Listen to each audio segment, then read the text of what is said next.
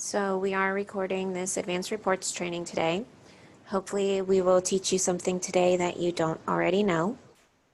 I also know it's been a while since we had our basic reports training. So the first thing I wanted to start with was just a quick highlight review of what we saw in that training when you were with us closer to your wave implementation. So in the basic reports training, we reviewed the options on the report menu in both USSR and USPSR. So you see report bundles as an option. We did not go into that in depth in the basic training, but we will look at that today. We also looked at the report manager and the custom report creator. And we explained that the other reports that you see on the reports menu are canned reports that SSDT has written for us that are not as customizable as the template reports that are in the report manager. So if we quickly look in the report manager, you'll see a grid load with all of those template reports that SSDT has put out here for us that are customizable, in addition to any reports that we have created ourselves or have been shared with us. So we walked through these options, the buttons on the left of the grid, the generate and download button, the option to edit the report and configure the filters by clicking the eyeball, the edit button, which allows you to edit a report name, a description, or a tag on a report that you have created. You can't change the name of an SSDT report, but you can on an SSDT report enter a tag. And remember, those tags are helpful for you to enter some sort of terminology that you can then filter in the grid by at various times of the year or searching for groups of reports. So if you wanted to use tags for all of your month-end reports, year-end reports, something that you run regularly, you could quickly filter your grid down using those tags. So keep those in mind if you haven't started using those yet. You also have the button on the grid to download a report definition. So if you have written a report and you would like to download this and send it to another district or a specific staff member in your district, that is an option. And on any reports that you have created, you can also share the report with specific roles within your district. So if you want all of your secretaries to see a certain report that you've written, then you can share that report with anybody with a specific level of access. So read-only access, rec-only access, whatever the case may be, you would check that box and hit save. And then those users with that level of access would be able to see that report in their report manager grid going forward. We also looked a lot at each of these options. So we went into the generate button and talked about the different options for formatting, page size, orientation, changing the name of a report as it will appear on the report. We talked about the different query parameters and how you can use those. And this sort options tab is a little newer. It may have been here during your basic reports training and it may have been added right after. So we will look at this in more depth today.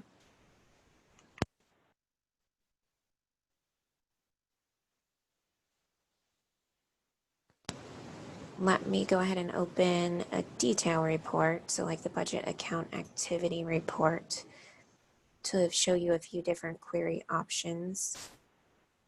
If you have a date range, remember those date shortcuts that may come in handy.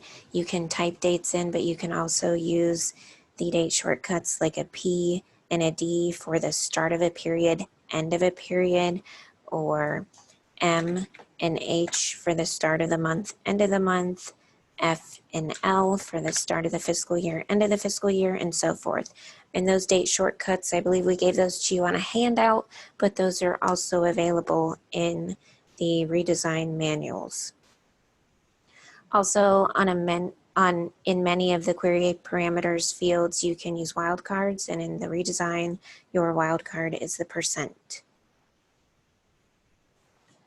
Another option that we mentioned while you were in the basic reports training was the save and recall option. So if I open one of my reports, You can see if we have a save and recall option saved. When you select an option from the list, it will populate your query parameters and your sort options that you have selected and give you an option to quickly recall those. And if you wanted to set up new options, then you can add them very quickly and save new ones. So we'll go into, I think when we were in the budget account activity report, there weren't any here at all.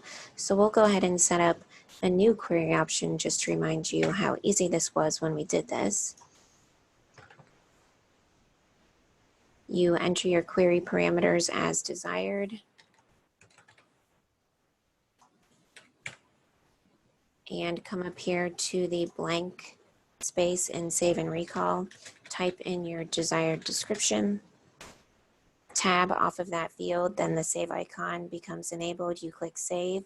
Then going forward, this save and recall option is available for you. If you create too many and no longer need them, when you save one or when you select one of these options, you have this little X to delete one of your save and recall options if you no longer need that. We also talked about this report link that is available after you have an option saved in the save and recall.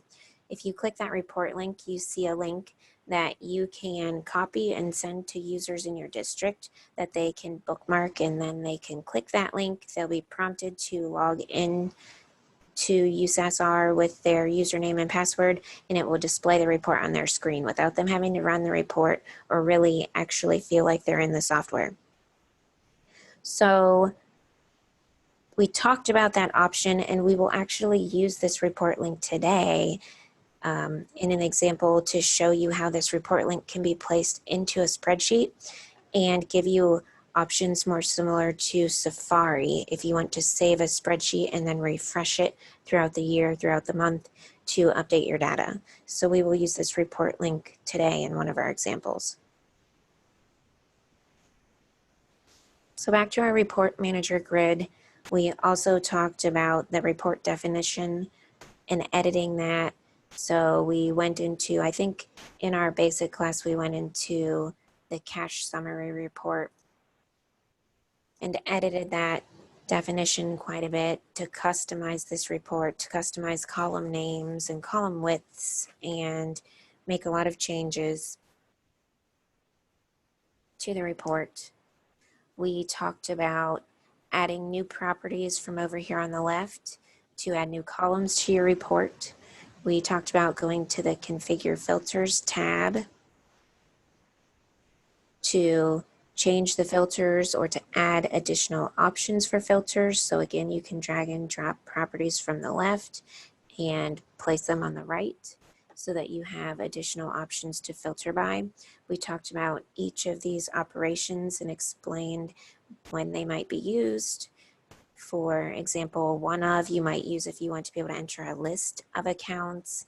Like is when you want to be able to enter part of a fund. So you want to say the fund starts with a 5, for example, here, or special cost starting with a 9. So you can enter the entire fund or just part of it if you use the operation of like. You have options of equals, greater than, less than. So we'll write some more reports today and see a little bit more of that, but I just wanted to remind you that we did go into that in a little bit more detail in the basic class. We also talked about once you have filters written here, you can save them down below and then later access those filters in the advanced query option of a grid. Or if you have an advanced query written in a grid, you would be able to access it from this list as well. So that was a nice little feature that you can increase your filter options quickly in reports if you use that advanced query option in your grids.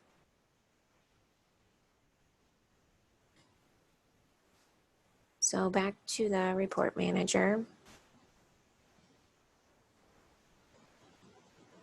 We also talked about marking reports as favorites.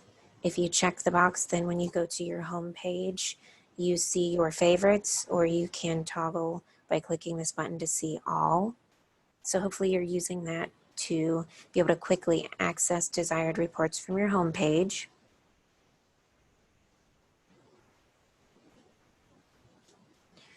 We also went into some grids in the basic class and started building reports from grids, which is a very easy way to start a brand new report. You're comfortable filtering your grid, and if you go to a grid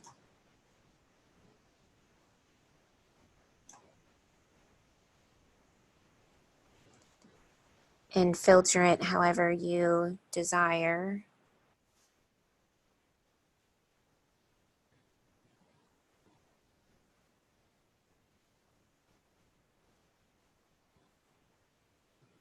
you have this report button after you have filters entered.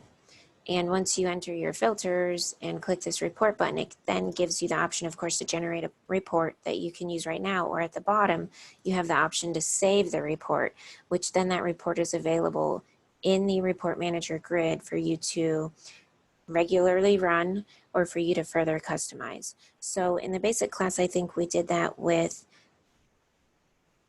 possibly an outstanding requisition report. We went to the requisition grid and filtered down to converted equals false, saved that, then accessed that in the report manager and customized that report even further so that you have that outstanding requisition report to run very quickly whenever you need that. We also talked about going to the reports menu and selecting the custom report creator to start a report from scratch. I think this option is a little bit more difficult. If you can start from a grid, I really think that is the easier way. But the custom report creator, you can select any object and start from any object. And once you select that object, all of the available properties are listed on the left, and you just start dragging and dropping the desired properties over to your selected properties. You have that configure filters tab. Just this looks very much the same as when we were in the eyeball customizing a template report from the report manager.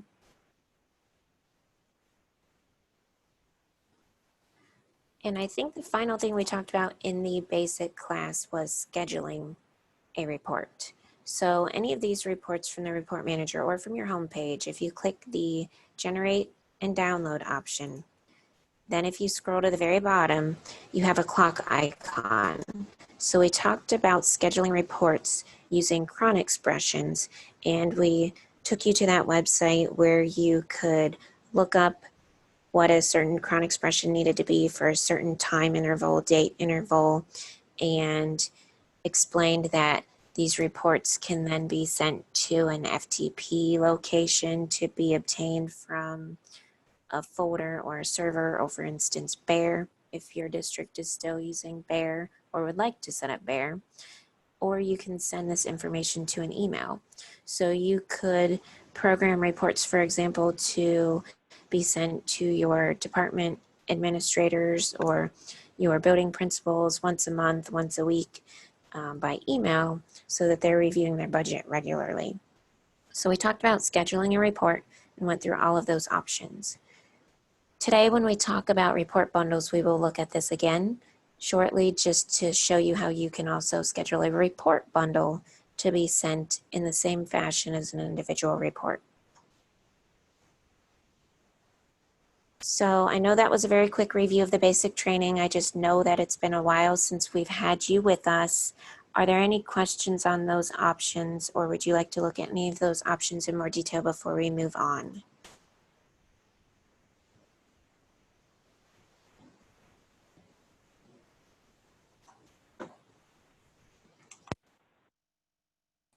Mindy said the scheduled reports is working really well for them. Great. I do know that we worked with Southwest Looking to set up the scheduled reports to send to Bear. So they're still using Bear for like their nightly reports for their student activity advisors and administrators to be able to quickly every day jump into a place that they're familiar with, Bear, and look at their budget information, purchase order information, and so forth. So I'm glad that's working well. So if you find yourself needing more help with any of that I just quickly reviewed, let us know. We can offer another basic reports training, or we can work with you one-on-one. But I did want to review that quickly because we're kind of going to build on that stuff today. So the first thing I wanted to show you was creating account filters, because account filters can be used in reports.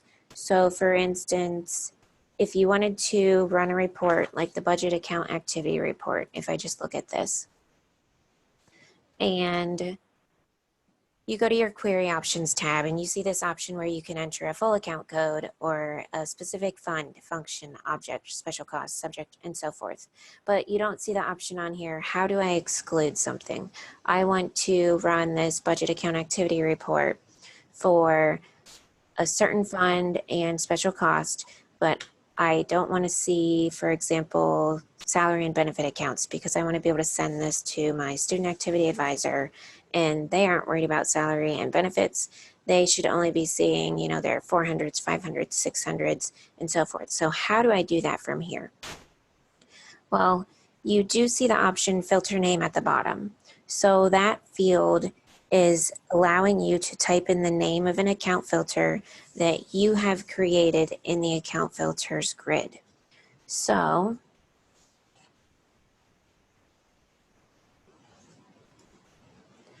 under utilities, account filters, when you go here, you're going to see a lot of account filters on your grid that were imported from Classic, and those came from Secure Screening Classic and were tied to individual users. All of that imported, but you can also come here and create other account filters for use in reports.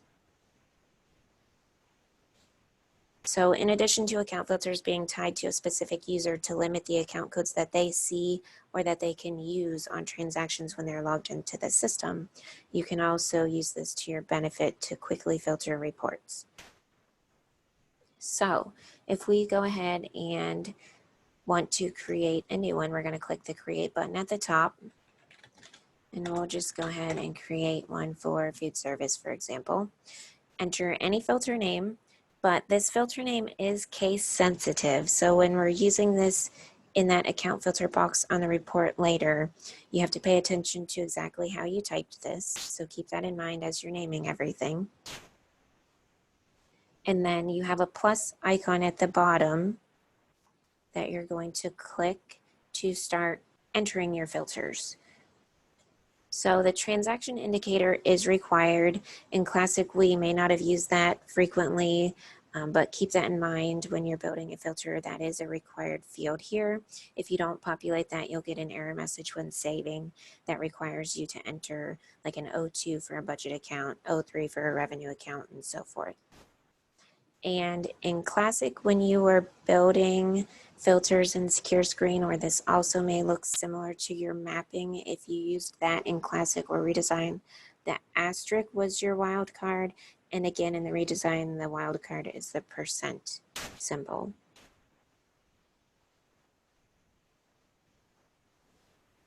So if, for instance, for food service, the first time that we come in here, we're going to say we want them to see budget accounts with Fund 006. If you were to save right now, this account filter, if you were tying it to a user or if you were running a report using it, this account filter would pull no accounts. As soon as you enter a single line, then that is the only information, any lines built here, that's the only information this user or this report is going to pick up. And right now I've not granted any access to Fund 006. So over here on the right, these different checkboxes under access, if you hover over them, they will give you a little bit more detail, but you have an option for create, read, update, delete, pre-encumber, which is requisition, and encumbrance. So if you're writing this account filter for a report, then we want to give read access because we want the report to be able to read the account and return the information on the report. So if I just go ahead and save this, there is an issue open to improve the performance of the save on this account filter grid. So I'm hoping over the summer here, this save option will speed up quite a bit. But we do see a little delay and we see that blue bar at the top of our screen while it is saving this. But for now, for today's training, as we do this a few times, we will have to wait a little bit as this tries to save. So after we have our new account filter saved, let's just go back and generate a report to see the result of what we have entered right now. So if we go to the report manager, and we'll do a budget account activity report, we click generate. And in those query options, we'll go ahead and you can clear everything out or you can pick default, and that clears most information out for you. I'm going to go ahead and run this for the whole fiscal year just to see what we get for the current fiscal year. And I'm going to type food service, the name of the filter that I just created. Again, paying particular attention to capitalization because that is case sensitive. Then I'll generate the report.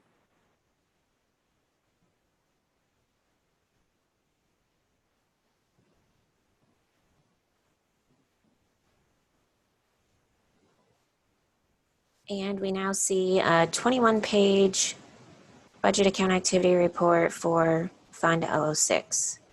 So you see the first accounts on here are salaries. If we scroll down a little, sorry for all the scrolling, you start to see benefits.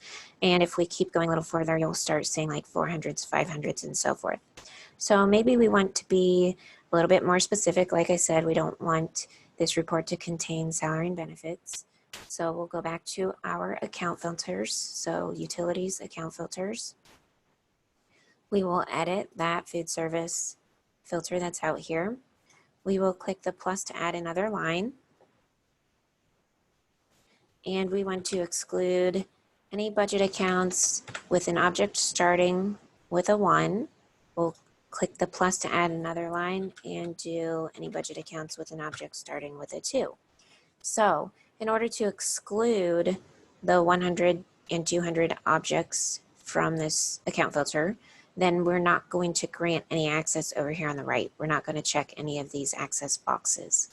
You also could use the percent here to serve as your wildcard for the 100s, or you are allowed to just use partial information here. So you can type less information if you would like, if that saves you time. Another thing to keep in mind as you're building these account filters is that the order is important. The accounts that you want to exclude need to be first before you grant access. If not, the system is going to come in here and read from top to bottom and say, okay, this individual or this report should see every account in Fund 006. So then it's not going to exclude objects 100 and 200. So the more specific or the excludes need to be first. So if you add them in the order that I've added them, it won't work. So we're going to rearrange with these arrows over here on the left to either move your 100s and 200s up or move your more general account down. So then we'll go ahead and save this newly edited account filter, and we'll go back and regenerate the report just to show you what impact that had.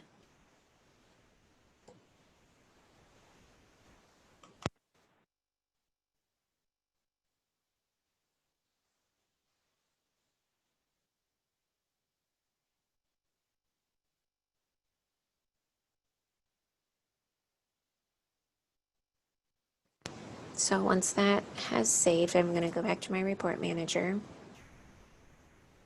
and find my budget account activity report again and click generate. Now my query options remember exactly what I had entered the last time because my save and recall is on most recent. So I don't need to change anything here. I'm just going to click generate again. And I'm going to see different results on my report because I have changed that account filter.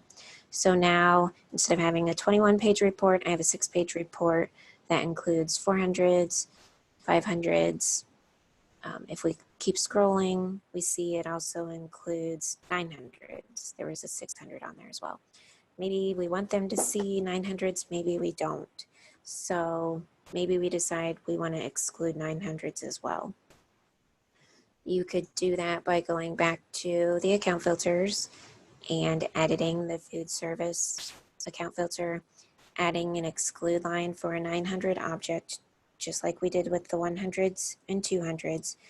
Or we could change this and say, okay, instead, I would like this person to see, we'll do it this way. I just want to show you a different way of creating this in case it works, because sometimes you'll want different options. So maybe we want this report to show object 400 through 899 only. And then I don't have to worry about 100s, 200s, possibly 900s. So I'm scrolling back and forth here so you can see this. In the object field, you can enter a range. In any of these fields, you can enter a range by using period, period, dot, dot.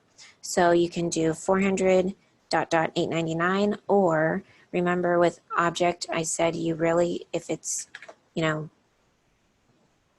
if you're starting out there, you don't have to enter all 3 digits. So we could do 4, dot, dot, 899. This is read-only access. Save this. And we'll go back and run the report one more time. And it should only include 400s through 899. So 400s, 500s, 600s, 700s, which really aren't used anymore, and 800s.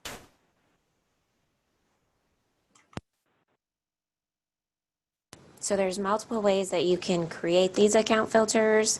And this one right here on the screen is very simple, but I just want you to see how easy they are to maintain, and you actually can get very detailed with your account filters. And then when you run your reports, you don't even have to think about what parameters you want to enter.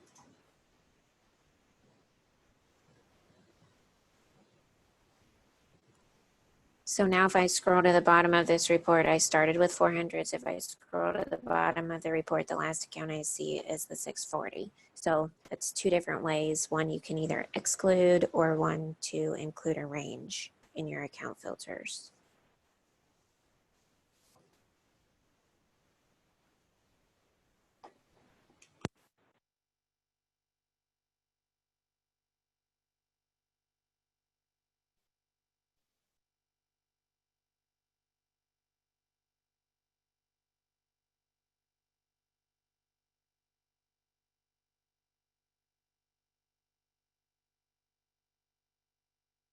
So questions on that part of the account filters?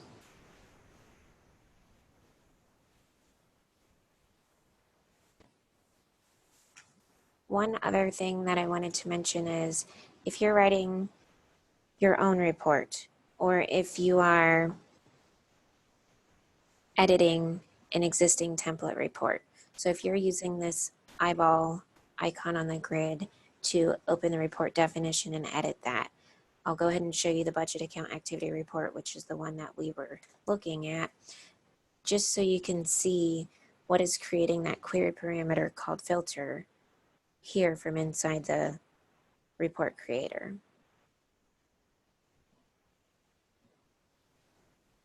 So on the left, you see your available properties. On the right, you see your selected properties. And if I go to the Configure Filters tab and scroll down, I see Filter as one of my properties. So that filter equals, and then with this parameter is giving you that empty box to type your filter name in.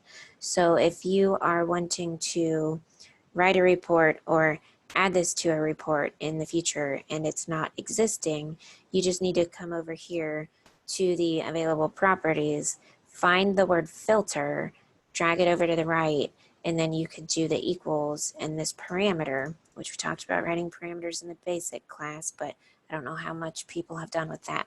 But you could either hard code your filter in here, so you could type food service, and then this report will always generate with the food service filter. So maybe then you would just want to save this up here as your food service, budget account activity report, save it, and then you have an additional report in the report manager.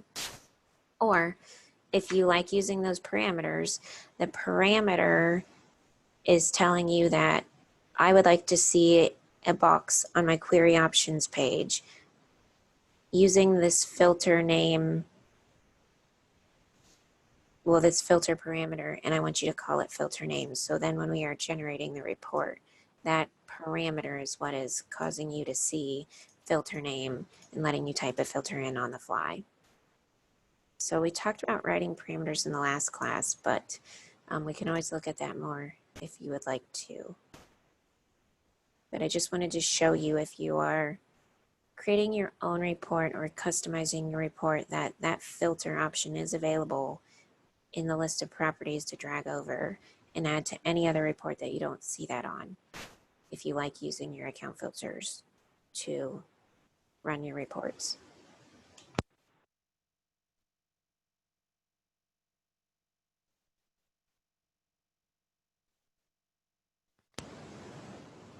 Questions on account filters and how they can be used on reports?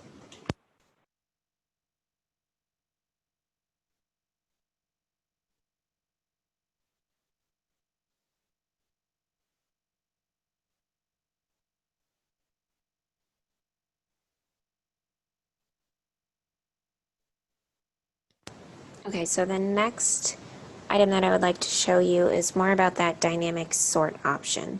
So when you're generating a report, it is this sort options tab, which a lot of us may not even pay attention to. And since we have some payroll users joining us, I'm going to flip to a payroll database just to give an example today with a payroll report. But that sort options tab is available in USAS as well. So when we explain how to use this, it does apply to both.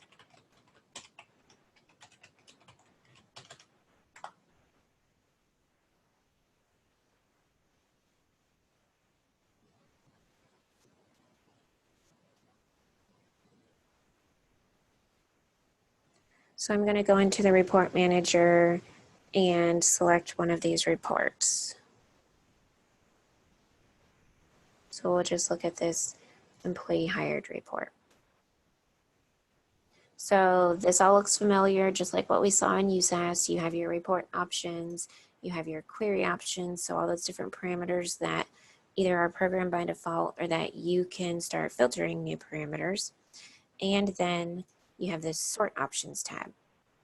So in the basic class, we talked about creating the sort for your report. When we were configuring the filters and selecting properties, there was the option to enter a sort order and a sort priority. So if you don't want to go into that eyeball to always change your sort, this is an option that SSDT added sometime this spring to give you more flexibility when generating a report so that you have control over how this sort is going to work. So right now you can see how I most recently ran this report. If I go to the default, when you guys come into this report, if you were generating this specific report, you would see that there's no sort to this report. So when SSDT wrote this, they didn't even sort it by date. So if you wanted to, you would just click that item, drag it over to the right, and then this report would start being sorted by date. If you do not want that, you drag it over to the left to remove that sort. If you would like this report sorted by last name, then first name, then I'm going to drag last name, then first name over.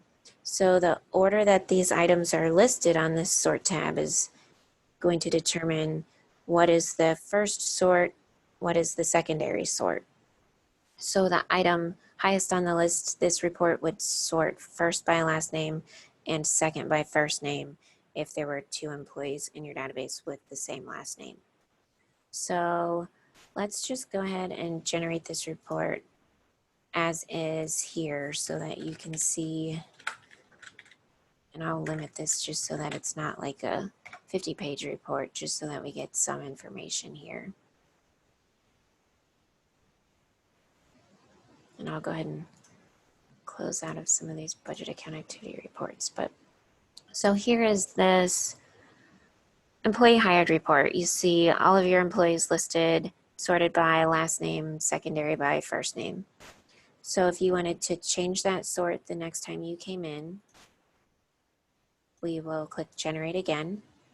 You don't have to go into the eyeball to change this sort anymore. You just go to your sort options tab and you see how you last sorted it if most recent is selected. And maybe you would like this report to be sorted first by position. And so when I drag this over, do you see the blue bar where it's showing me that it's going to place it at the bottom, in the middle, or at the top? So you're going to pay attention to where you're dragging and dropping this item if you want it to be the primary sort, secondary sort, and so forth. So I'm going to drag position description and drop it at the top. Then that's saying I would first like this report to sort by position description, and then within position description by last name and first name. You may also want to add control breaks or page breaks. So a control break, we talked about that in the basic report class. That kind of adds a bolded header to your report based on the description. And if you're on more of like a USAS report with totals, or if you're on a wage report or earnings register or something with dollar amounts in payroll, if there are any properties on this report that are set up with a function to sum, then because you're control breaking, it's also going to give you a subtotal by that category as well. So we'll just go ahead and generate this again so you can see how I changed the sort, and so you can see a control break. So now I can see by description all of my employees under each position description with that bolded. So there's a lot of potential here with changing your sort and getting different results as you run the report over and over again. And I really think this sort options tab is much more friendly, in a way, user friendly, than this eyeball. However, if you're comfortable with going into this report definition and changing your sort priority based on this dropdown, so I want this to be first based on position description, second based on last name, third based on first name, and I want a control break on position description. This will give you the same resulting report as what we just did on the sort options tab. So either method achieves the same results. It's just whether or not you want to go into the report definition and edit that, or if you want to be able to edit it after you've already clicked generate and download. And to me, like, that's one of the nice features that they added, because you may already be in here and you've already selected your report options, you've already entered your query options, and then you're like, oh, but I wanted it sorted a different way, or I want a control break, or I want a page break, and I didn't think of that. So you can do that from here now. The checkboxes, I didn't explain those, but the checkboxes, as I was clicking and dragging and dropping left to right, if you click multiples, it will move multiples at once. So that's what you see those checkboxes for. It's just to be able to select more than one item at a time.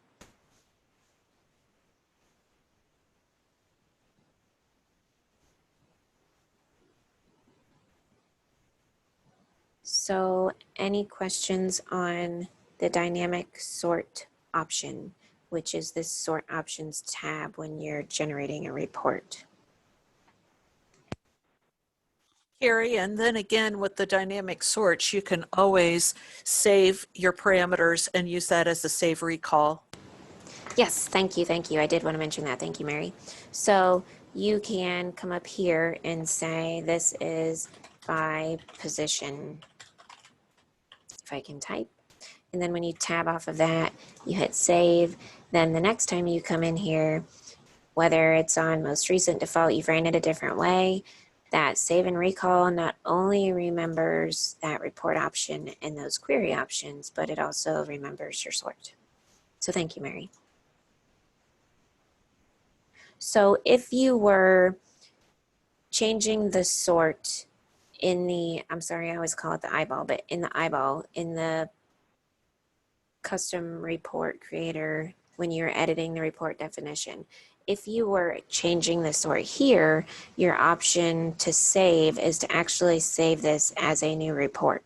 So if we were to do position description first, then last name, then first name, add our control break, go through here, configure any filters that you would like to configure, enter any query options, whatever the case may be, your only option from here is to save this report up here. And then when you save that, it is then available in the report manager, but it is a completely separate option on your grid. So your report manager grid will get much longer if you're using the eyeball option to change all of those sorts over and over again, which is fine if that's what you prefer. But this other option, the new sort options tab, will help prevent that. I mean, it'll help clean up your grid a little bit because it gives you the option to save up here by save and recall instead.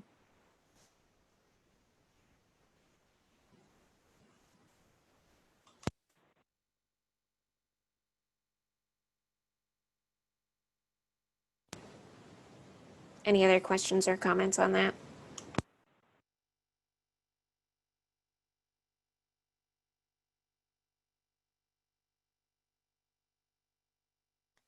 On the accounting side, this would probably be very helpful for, bud sum, a budget account activity, PO, detail, anything like that that you're regularly running and you want to see different ways. So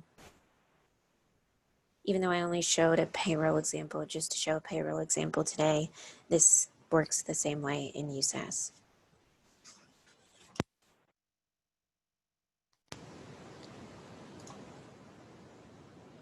So the next option that I want to show you is a very specific configure filter option to match any. So I'm going to go back into USAS and go into our report manager.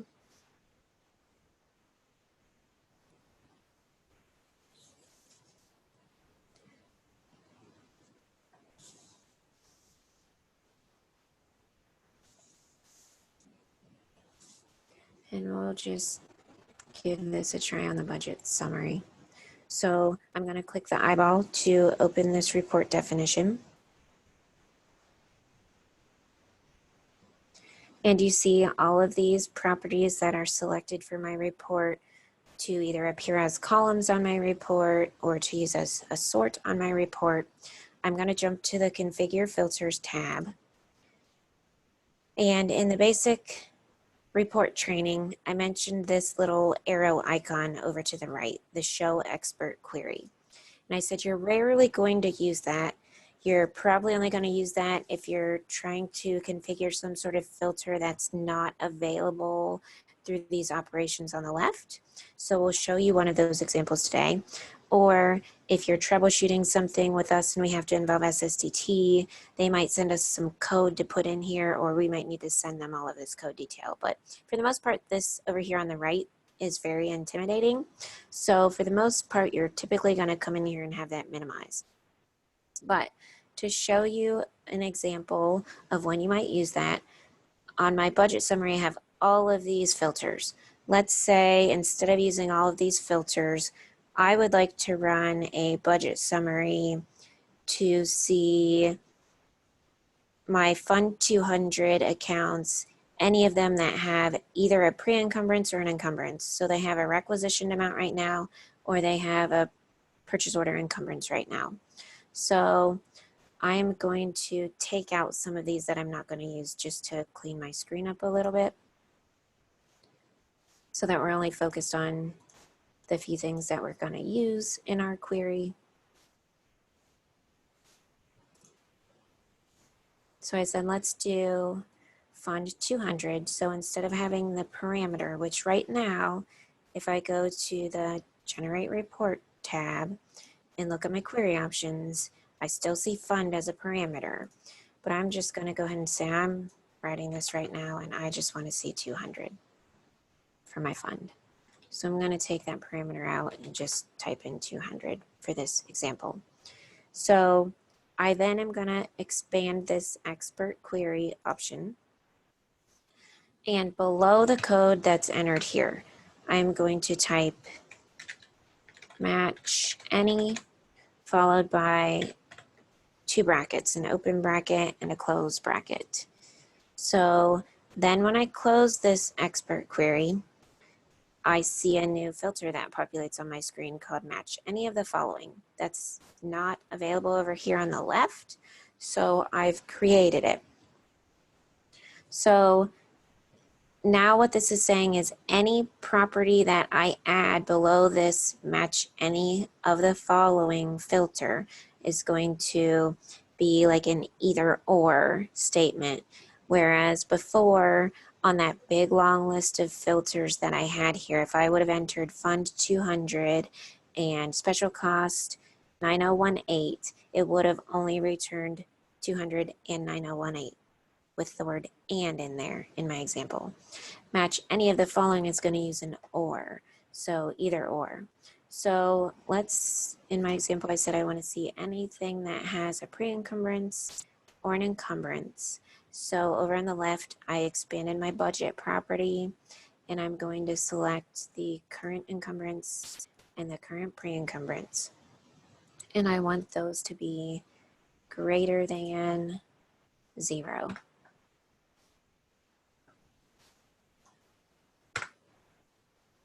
So then when I go to generate report, you see I don't have any query options because I hard coded everything in this example. So I'm just going to go ahead and generate that so you can see it. And so on this report, you see, if you look down your encumbrance column, you see some account codes that have 0 encumbrance. Well, why do we see those? Because I said either or, they have either a current encumbrance or a current pre-encumbrance, which is a requisition amount. So on this budget summary, I don't see a column for pre-encumbrance or requisition amount. If I wanted to, I could go back here to my select properties, expand budget, and add pre-encumbrance to the grid. We'll put it right there by my column for encumbrance. We'll go back and generate this report again. And now you see a pre-encumbrance column. So you can very clearly see, well, this account was pulled in because it had an encumbrance. This account doesn't have an encumbrance, but it was pulled in because it has pre-encumbrance. So I just wanted to give you an example of when you might use that expert query because I told you that we probably wouldn't use it very much, but the match any of the following could be a helpful option depending on what you're searching for, instead of having to run like 2 different reports, one with an encumbrance amount and one with a pre-encumbrance amount, and then cross compare the two. You can use that match any option just by, again, expanding that query tab and typing that match any bracket. And you can see if I expand that expert query now, by me dragging and dropping over here, it modified that query. So in between my brackets, it added information for my current encumbrance greater than 0 and my pre-encumbrance greater than 0.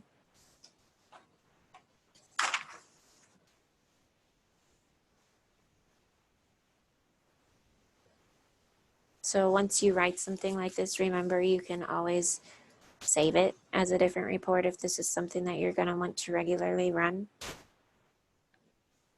And then that'll be an additional report in your report manager grid that you can run, or you can share with additional people in your district by clicking that share roles option, or that you can download and send to certain people. So just keep that in mind.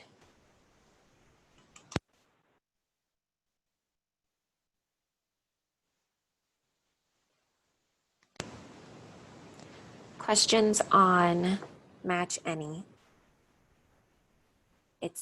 It's a more advanced way to configure filters, but so if you're trying to accomplish something and you don't feel like you can accomplish it from just the properties available to you on the left and the operations available to you here, let us know and we'll see if there's something else you can do, like this Match Any query option.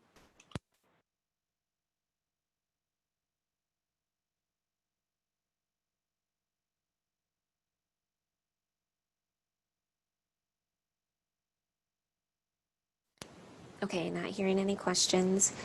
The next thing I wanted to talk about is report bundles. So if you go to the report menu, you have report bundles. You have these in both USAS and USPS. And there are some report bundles that are created for you by SSDTs, so month-end reports, fiscal year-end reports, calendar year-end reports, per pay reports on the payroll side.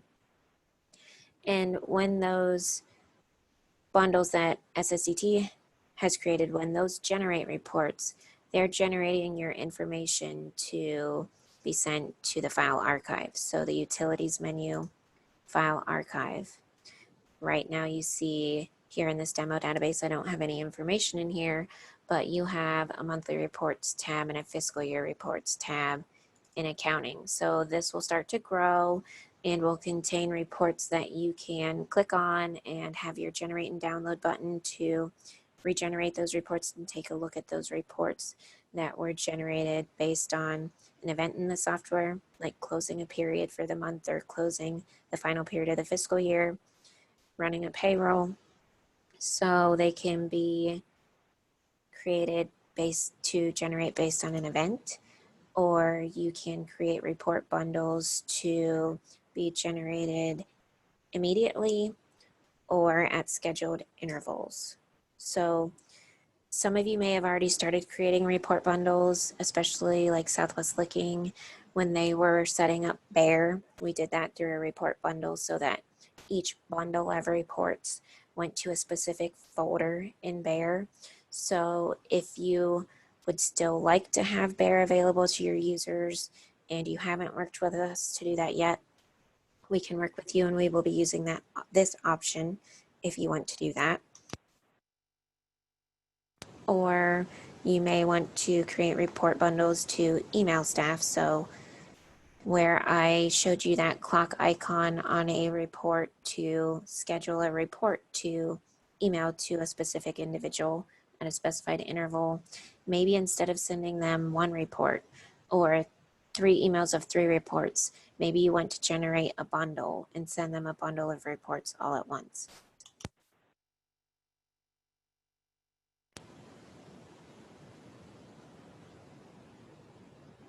So we'll just go ahead and show you an example. So we will create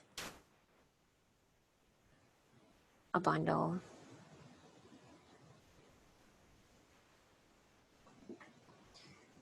And we will do, you see a report bundle name. So that report bundle name needs to mean something to you so that when you come back here to maintain your report bundles, you know the difference between one bundle and another bundle.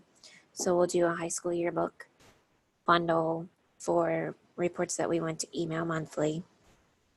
But the description can be whatever you want. The bundle name can be whatever you want.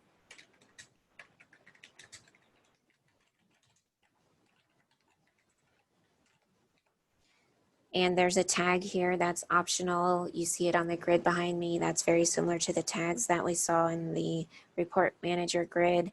So if you want to be able to filter these down by some method, then you can type a specific word in here that will help you filter your report bundles if you get a lot of report bundles. For instance, if you're using report bundles for emailing administrators regularly and you have report bundles set up to go to Bear, maybe you want some tags to say Bear and some tags to say like monthly admin email or something, just so that you can separate the different bundles and decide what's needs edited at times or anything going forward. Then you have this drop down to select a report. These are all your reports from the report manager. So what report do you want to be in this bundle? Maybe an SSDT budget summary, and that populates a list of possible reports. So even though there's only one budget summary available in your report manager, you see multiple budget summaries available here on your list. That's pulling from your save and recall options that you have defined in that budget summary. So if you're creating this report bundle, you might have some prep work that you need to do in your report manager in those individual reports to add save and recall options so that when you run this report bundle, it knows the specific query parameters, sort options, and so forth that you want included in this specific report bundle. So I'm working on high school yearbook, so I'm going to click this add button to add the save and recall option for high school yearbook down to my current report bundle. And you're just going to keep adding more reports. So maybe like a budget, we have a budget summary, maybe a budget account activity report. And then we see a budget account activity report that we had our save and recall for high school yearbook created as well. So you can continue adding reports as desired. When you're done, you can save this report bundle.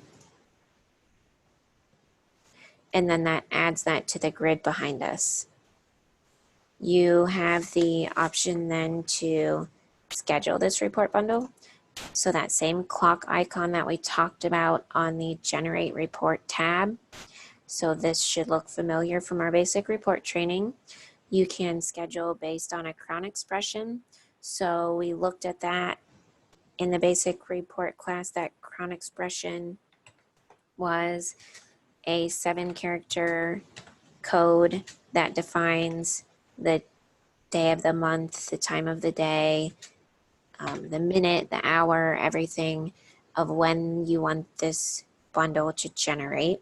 And we shared a link for you that is available in the manual that takes you to a website that will help you write these crown expressions. This one I looked up yesterday. This crown expression is for the first day of every month.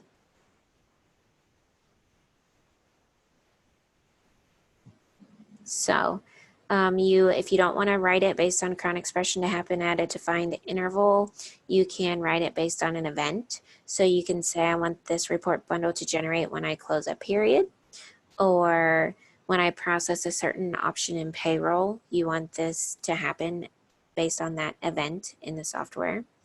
Or you can pick the immediate option so that when I come in here and hit save, I just see my reports generated for me right now. So maybe there is a list of reports that you generate, right before closing. So there's not really an event because you haven't closed the period yet.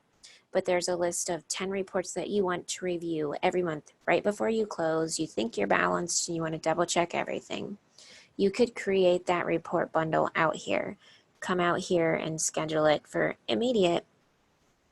And then you can email them to yourself and then hit save, and it's going to immediately generate all those reports and send them to your email so that you can review them right now. So that is a nice option. Or if we go back to the crown expression, then this output that can be an FTP location to send it to a folder or to send it to Bear. It can be the file archive if you want to send your own reports to the utilities file archive inside the software. And the manual explains that specific long, like I think it's like an FTP or something, a specific long string of characters that you have to type in there to get to the file archive. And they have an option for like the monthly tab and an option for the fiscal year tab. And then I will just go ahead and do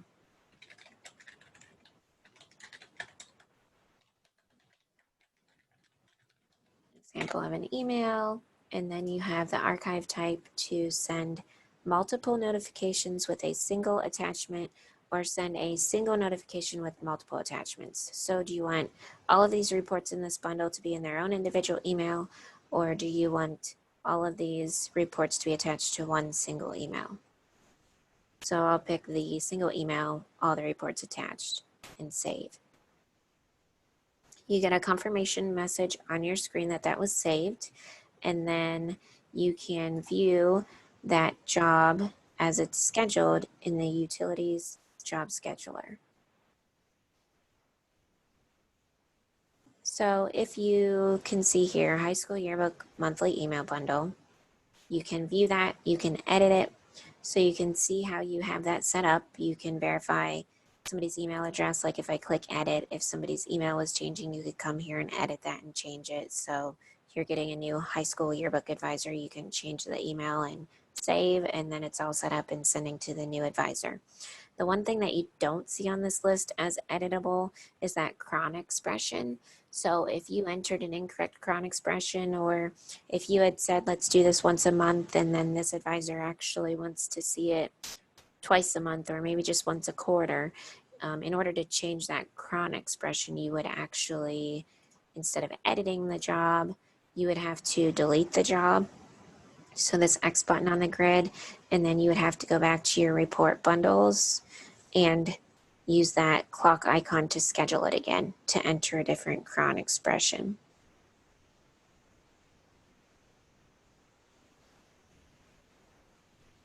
But this might be helpful not only for like student activity advisors, principals, department heads.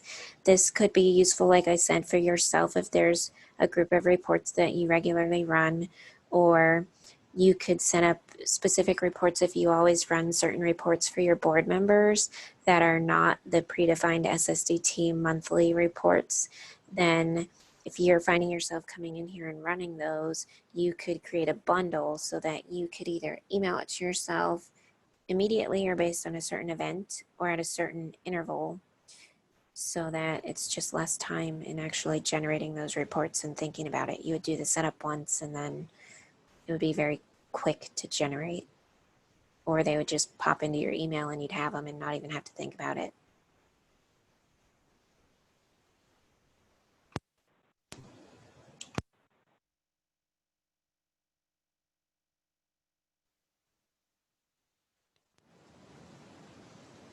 So questions on report bundles.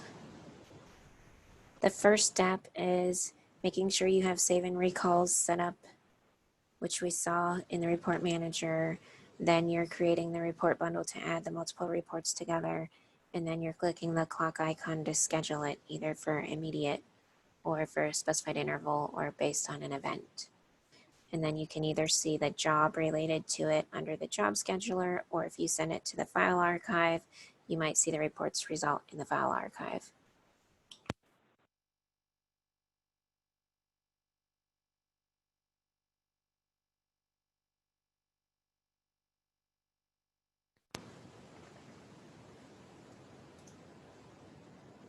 Okay, so another option that I wanted to show you today is using that report link that we looked at to actually insert that report link into a spreadsheet and then use that spreadsheet regularly to refresh the data and pull new data into that same spreadsheet. So this is explained in the manual. Most of what we're looking at today is very thoroughly explained in the manual. For instance, like if we back out here a little bit and we go into reports, we've talked about report bundles, so all of that information that we discussed is explained there. We gave you a review of the report manager, so that information is explained there with more details on the specific template reports. The custom report creator, which would help you with configuring those filters or your sort options, and canned reports if you have questions about those. And the link that I am using for this report link spreadsheet, I believe is in the appendix. If we go to the appendix and go to the report procedures, then you have all of these options here. So scheduling a report, I'm starting at the bottom, sorry. Scheduling a report to run via cron job. So it has that link if you go there, the link that I mentioned for looking up cron expressions, and it walks you through the scheduling. There's scheduling a custom monthly report bundle if you want to set up a bundle to generate monthly. The financial report setup for district personnel, LACA has Bear instead of FiskWeb. So you guys probably will not use this link because this is, and I think it says it right on here, this is similar to Classic's FiskWeb, which we used probably 10 or 15 years ago, but then Chad created Bear, so this would be one page that really wouldn't apply to us. And then create a financial detail spreadsheet with running fund balance. This is the example in the manual that explains the report link in a spreadsheet option. And then create a custom report from an SSDT template report. So an example of configuring those filters, changing sorts, and all of that. So the manual is going to be very helpful to you, but we will run through this example of creating a spreadsheet using a report link. So if I go back to the report manager,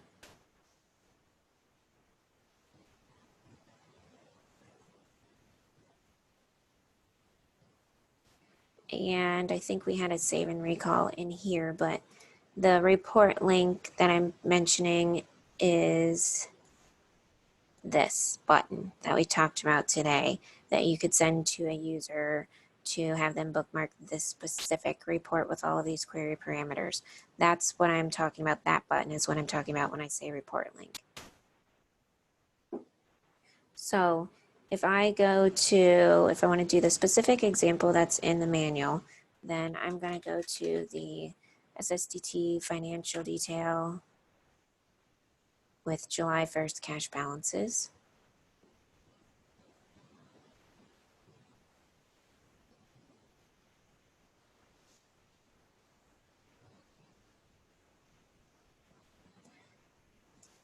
And you have the option to enter any query parameters. You can select a save and recall if you have one up there.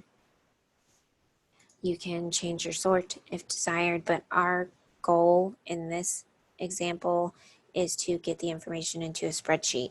So the sort may not be that important to you in this scenario because you're going to get the resulting data into a spreadsheet where you can manipulate it, write formulas, do whatever you want with the information. So if you're doing this report link into Excel, then you're going to have to select a format of HTML table or HTML field names. Those are the two options that are possible with this report link to a spreadsheet option. So I'm going to pick HTML table, and then let's do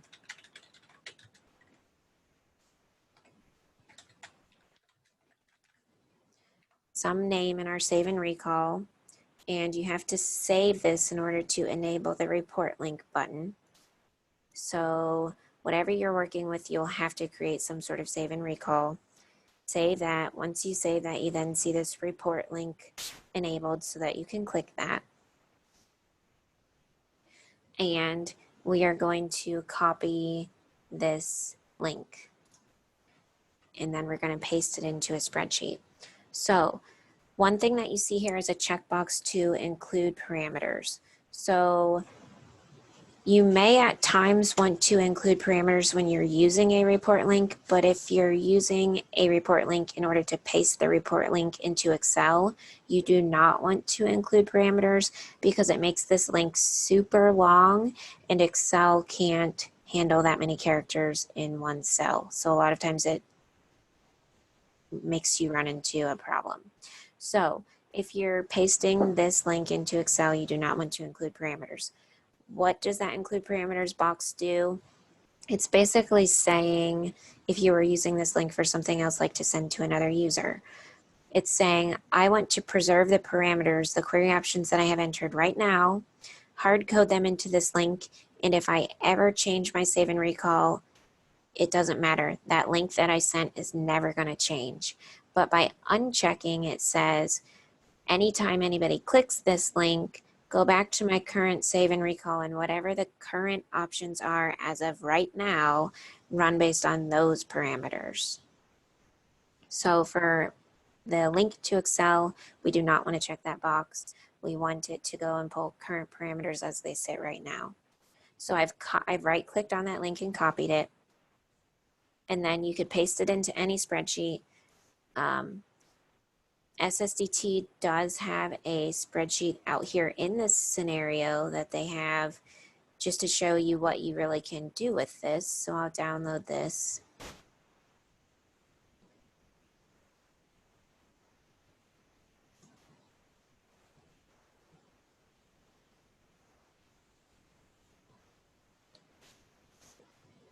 And basically all they've done is added a couple headers and formulas up here at the top so that this formula is pulling specific information to give you like a highlight view at the top, and then they have formulas written down to the right. But we're gonna paste our link here into this. You wouldn't have to always use this spreadsheet. You could start from a blank spreadsheet. We'll just use this spreadsheet so you can see also that you can have this, all kinds of formulas set up so that when you refresh the spreadsheet every time, it doesn't ruin all of your formulas. So the first thing you're going to do when you come into this spreadsheet or even a blank spreadsheet, you're going to go to the data tab. You're going to click get external data and you're going to click from web. And I do get an error message pop up here when I enter this. So, but it ends up working fine. This web address up here at the top, it's probably because I have one plugged in here already. But we're going to paste that link that we just copied from our report link button in the redesign, and we're going to click go. It's then going to prompt us to log in with our USAS credentials or USPS credentials if you were doing this report link to pull data from USPS. So once I enter that, it's going to take a minute until it connects to the database.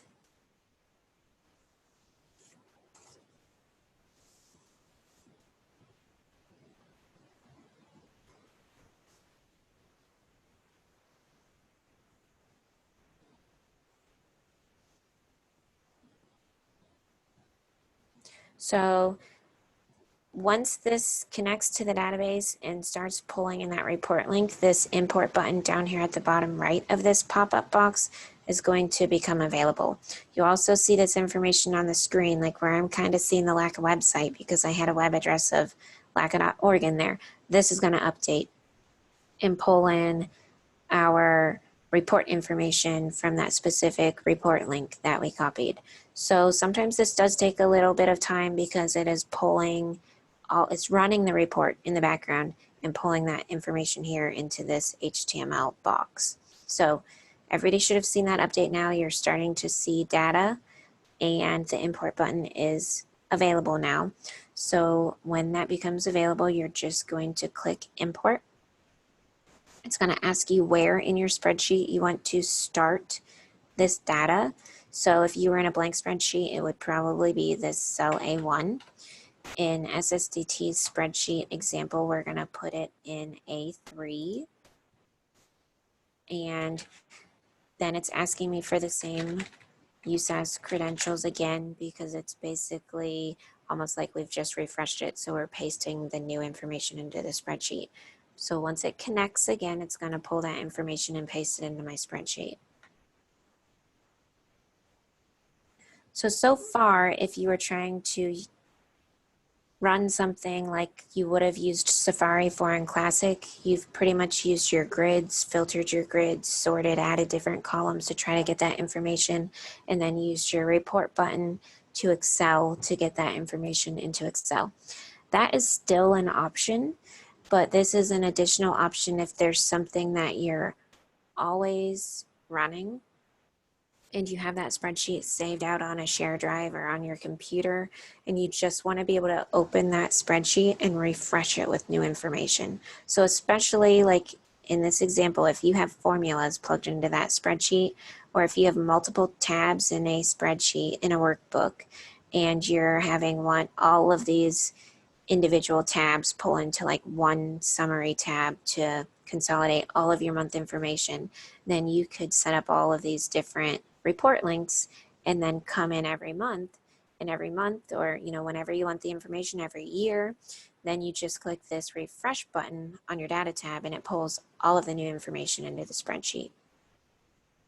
So on the initial setup, if you wanted to do this example that SSDT has out there, if you like this spreadsheet and would like to see a running fund balance based on like current fiscal year transactions, then the only missing piece would be we would have to look up the beginning fund balance to put that at the top. So if we want to do that, we would go back into our database and we would probably run like a cash summary.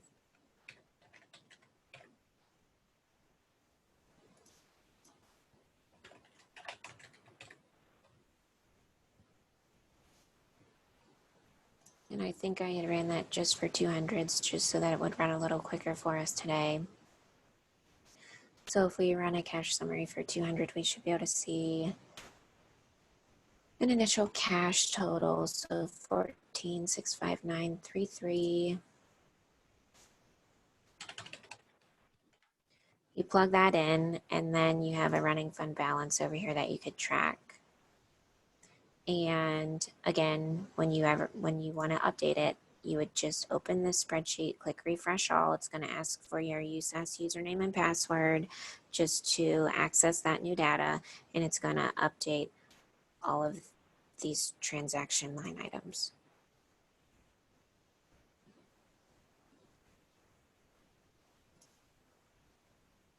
So questions on inserting a report link into a spreadsheet?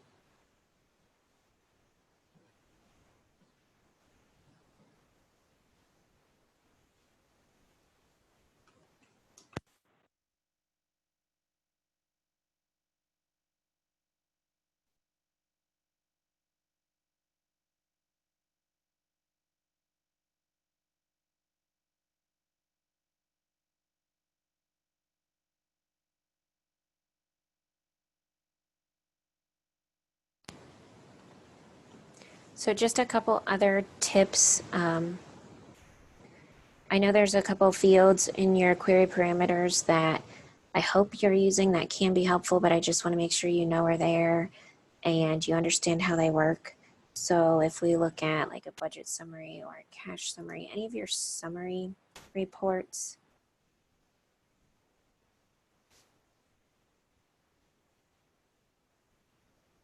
you will see like a total as of period on a lot of these reports. So this is giving you the option on an account-based report.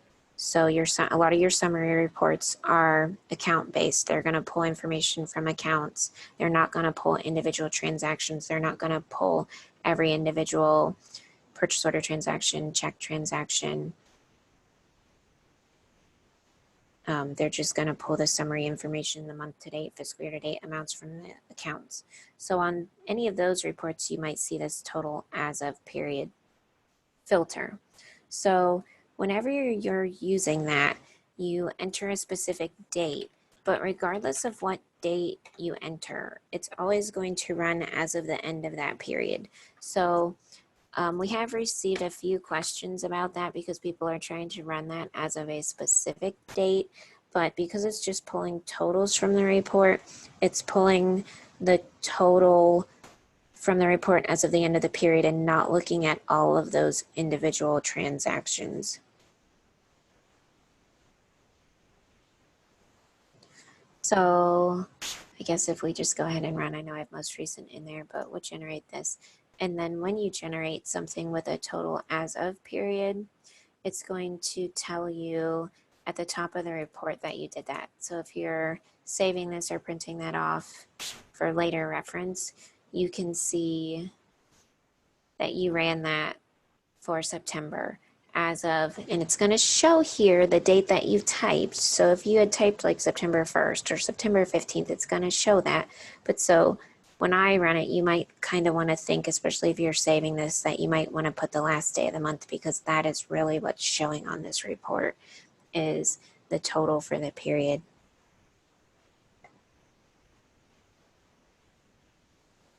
Another way to get similar information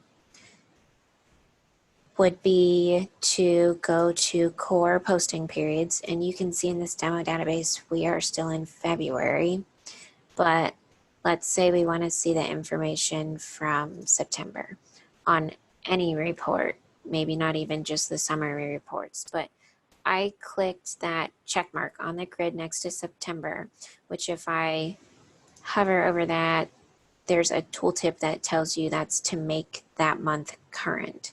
It's not reopening a period. The period is still closed. So you can see over here on the grid, open is false. September is not open, but yet September is my current month. And when my grid refreshed up here at the top right, my current period is now showing as September. So now when I go to run reports, they're going to run based on that period of September. So if I generate that same report, and we'll just go to high school yearbook clear out that month, but generate basically that same report in a different way. But this would be helpful on those transaction-based reports too. And then you just have to remember after you run that report, so here are the two reports, one we ran with the as of period, the total as of period, and one we ran based on current period of September. They show slightly different in the header, but all of those totals are the same. You just have to remember when you're done doing that, if you would like to use that option to change your current period, which impacts the reports, the totals that are appearing on reports, then when you're done, you want to make sure you go back to core posting period and reset your current period.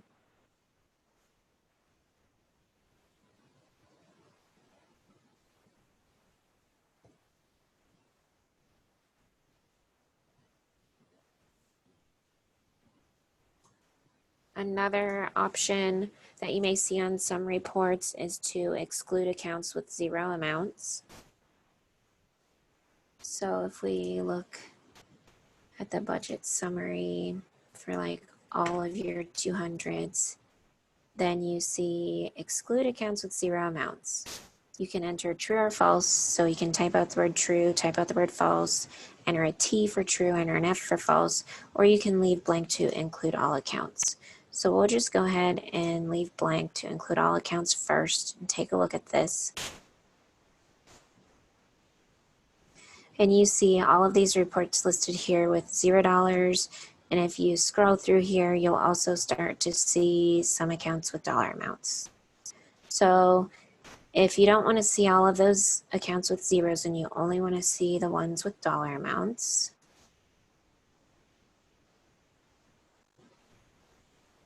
then we'd go back into our query options and say true, exclude accounts with zero amounts, generate the report.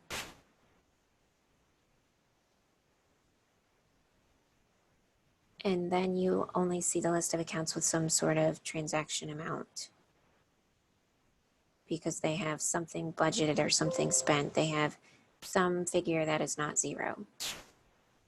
And similarly, if for some reason you wanted to review the accounts that are still sitting as zeros, maybe then you can decide if those should still be even current active accounts. You can run false. And then you would only see those that are zeros. So even though that gives you the option of true false, since you can use blank, there's actually 3 options you can get with that exclude accounts with 0 amounts. You can get everything with amounts or with 0 amounts. You can get just those accounts with amounts or just those accounts with all zeros. So SSDT has gotten better on most of these reports, and they've added more information. At first, when they added this option, exclude accounts with 0 amounts, that's all it said. But then they've started to add more information to most of these. So you should see that description of true, false, or blank. But in case there's one hiding out there that just said exclude accounts with 0 amounts, that's the functionality of that option.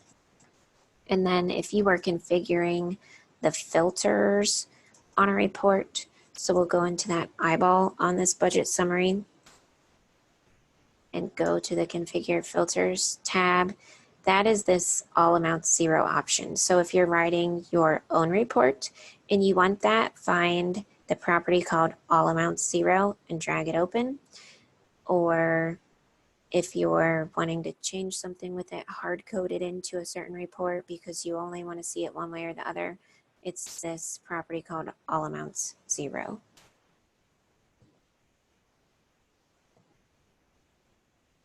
As you're working with configuring filters, again, back to the manual, we'll go back to the reports chapter. In the custom report creator chapter of the manual, there's a lot of information here about the configure filters tab. It explains all of those different operations, what equals, one of, not equals, like, and so forth would do. Like I think I mentioned today, the like is a begins with. So if you're doing a fund and you want begins with 5 to see all of your federal funds, then the like is the operation that you want to use. So this chart is helpful if you're configuring filters. And also at the beginning of this configure filter section, so if I scroll to the top, I came to the reports chapter and clicked custom report creator, and then I picked configure filters, and it jumps me down on this page. The very first thing you see is a link to help you write user parameters. So we talked about that a little today, but we went over that at the basic report training. So if you wanted to write those query parameters, so here's an example on your screen. If you wanted to add this active question mark true false query box to one of your reports, this is what your parameter would need to say, the operation, the property, in order for you to achieve that. And then another example, if you want to do a query options box for transaction start date and transaction stop date. So the manual is going to be very helpful as you start to get your feet wet with writing new reports, customizing reports, or if you're trying to accomplish something and you're stuck, you can always call us and we can help you as well. Once we know the specific type of report you're trying to pull, what kind of data you're trying to pull out, then we can work with you to accomplish that.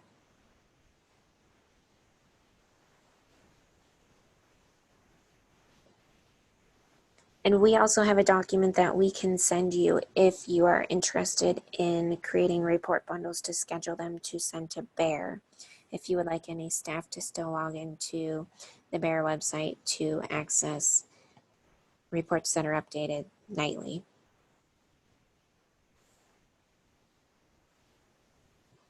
So that's what I had prepared for today. So now I guess I open the floor up to anybody else if there is anything that you would like to see that I did not cover today.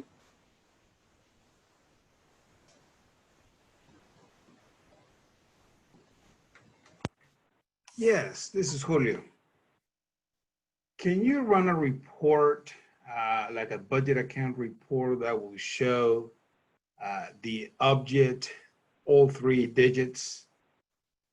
But when you export into an Excel, it is that particular object column will be in its own column instead of the full amount, which it shows, the full account it shows in one cell. I want the fund, the object code, the function, or the receipt code to be in a separate column on Excel. So right now we are on the budget summary. So let's see what I have programmed in here. We'll limit this a little and let's generate this to Excel and see what we get right now and then see if we can accomplish that.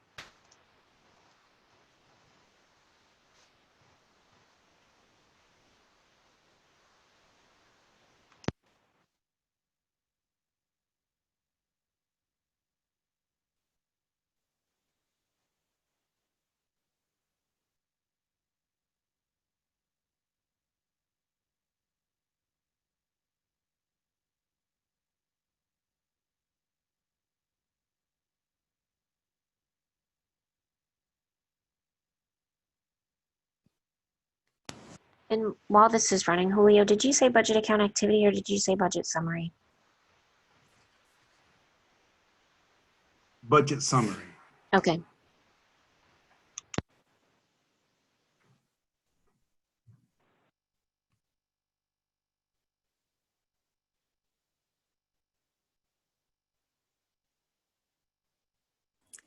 And while you're waiting on that, I had a question of where is the cron explanations? If you go to the documentation and under the report manager explanation, there is a section called scheduling a report to run via a cron job. And in there, there is a link to the free online cron expression generator.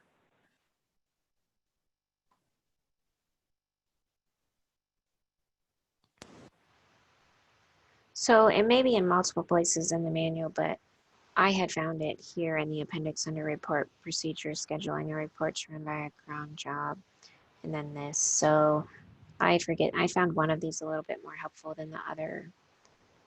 And I think this is the one that I was using to where you can say, I want this report to run, on every second, specific minute, hour, day, month. So every month, every specific day of a month. Okay, and sorry guys, my Excel spreadsheet popped up in front of that. So let me minimize that. But you define like at a specific hour. So let's pick like 7 a.m.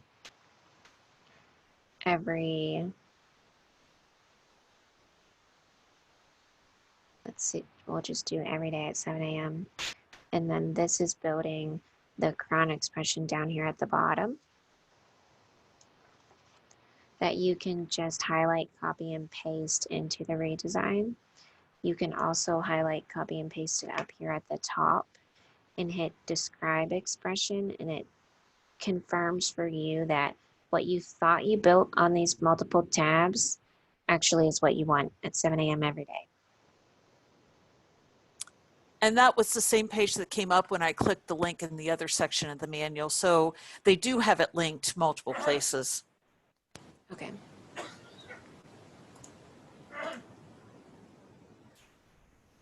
So the spreadsheet that I got from the budget summary has the object broken out in its own account and the full account code over here.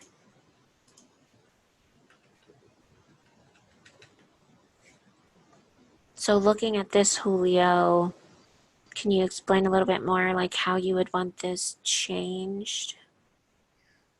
I know now because I don't care much about the full account code being on a same cell.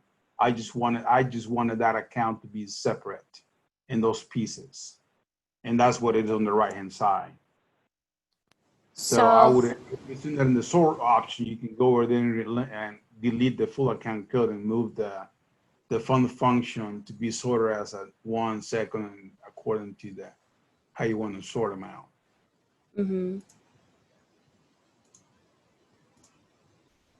So we could play with this a little, I'm sure, like the full account code. Yeah. The full account code on here, if we hover, one is for the cash account, one is for the actual budget account. But if you didn't want those in your spreadsheet at all, if you didn't want either of those columns, I don't know if you want the fund special costs, but oh, that one already says suppressed, so that one is suppressed. So this one, the full account code, we could say suppress it. We don't want to see it in our resulting spreadsheet. And then we could say maybe we want this. Fund first. And we could drag it up above all of this other information if I can get it.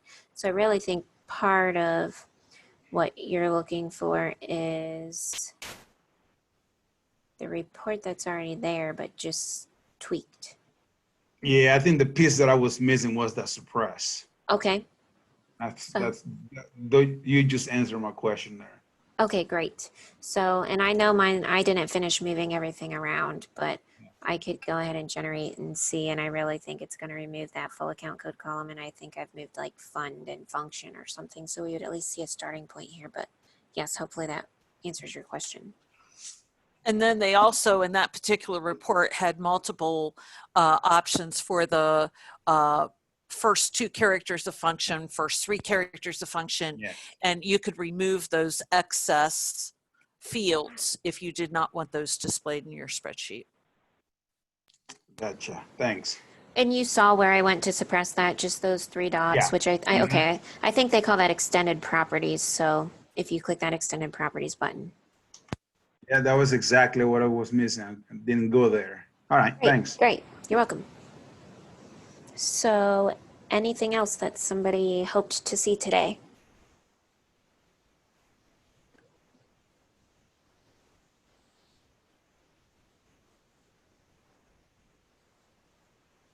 Is everybody customizing their own reports already? They're already getting new reports in their report manager. You're either customizing using the eyeball or you're writing reports from your grid.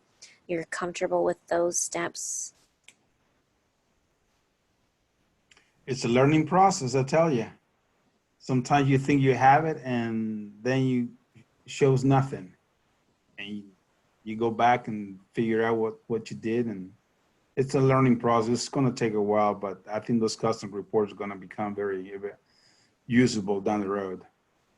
And like you said, I really find it as trial and error. You try something 1 or 2 times and, on the 3rd time you have what you want. So the one nice thing I think about this report editor, report writer, whatever you want to call it, once you're in the eyeball, is that you can select properties, you can configure filters, and then you can click generate report and you can generate the report as it stands. And then you can go back and tweak it more and you can keep making changes. And then at the very end, you can save it. You know what I mean? So you don't have to save it at every single step. You can make a few changes, see if you're on the right track or not. So I do still see full account code, full account code.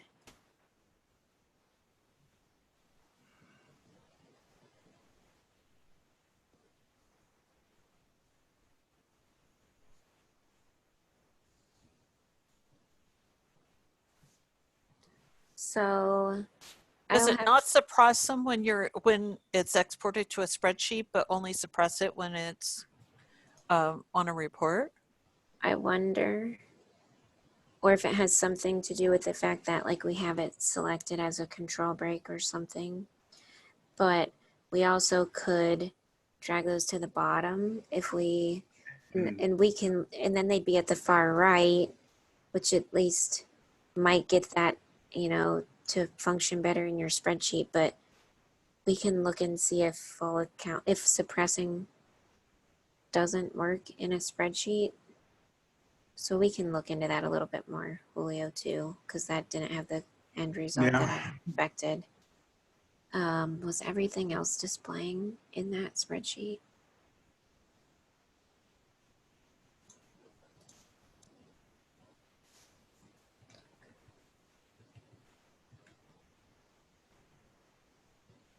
I mean, the suppress, I believe it definitely works if we generate this to a PDF.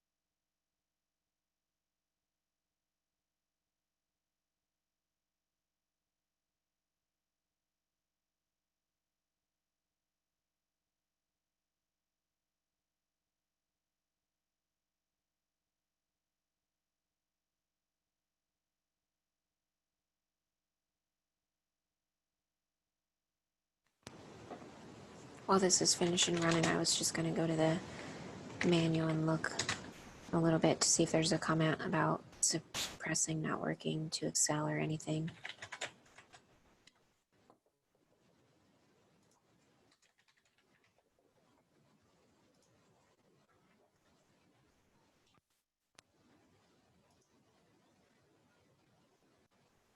So it actually looks like on the PDF report, even all of the individual account code dimensions are suppressed. So by us suppressing the full account code,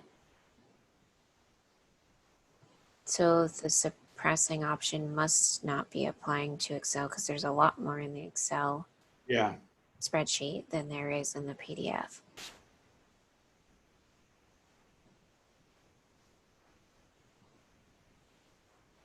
So we'll play around. I made a note of that. We'll play around with that a little and see if we,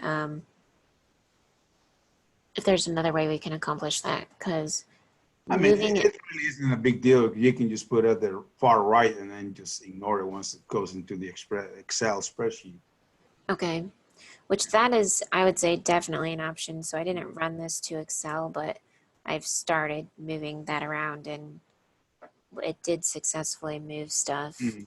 But if that works, and then dragging it to the bottom, then once you get that set up the way you would want it, you would just want to save that as your own budget summary.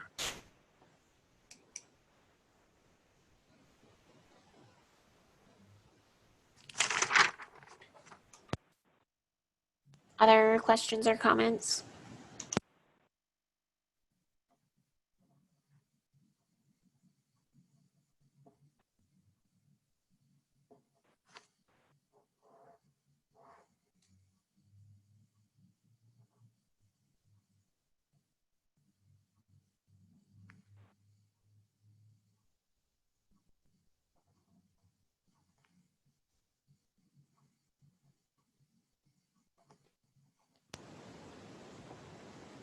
So I have made note of that. If we figure out anything else that would be helpful with that, we will let you know, Julio.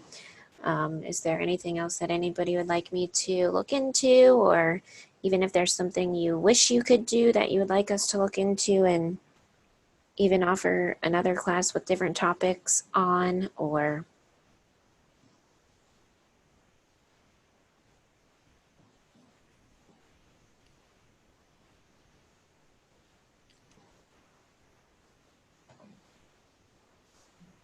Hey, Carrie, this has nothing to do with this, but Julio, you have an email you're going to need to read soon.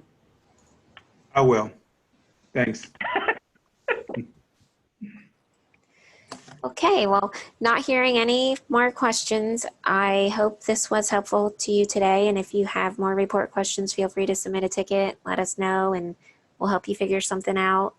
But if not, thank you very much for joining us today. Thank you. This was very helpful.